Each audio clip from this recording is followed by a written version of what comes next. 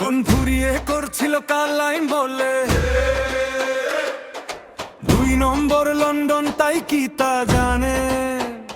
তাই রে কইও একবার দেখতো কালাইন, বৃষ্টির জলে রাস্তাঘাট ভেসে যায়।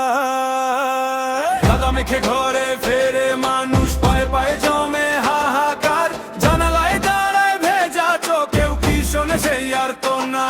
রাস্তাটা যদি ভাঙে, মনগুলো ভাঙে আরো, দুঃখের কথা শুনে কেউ কেন চুপচাপ থাকো?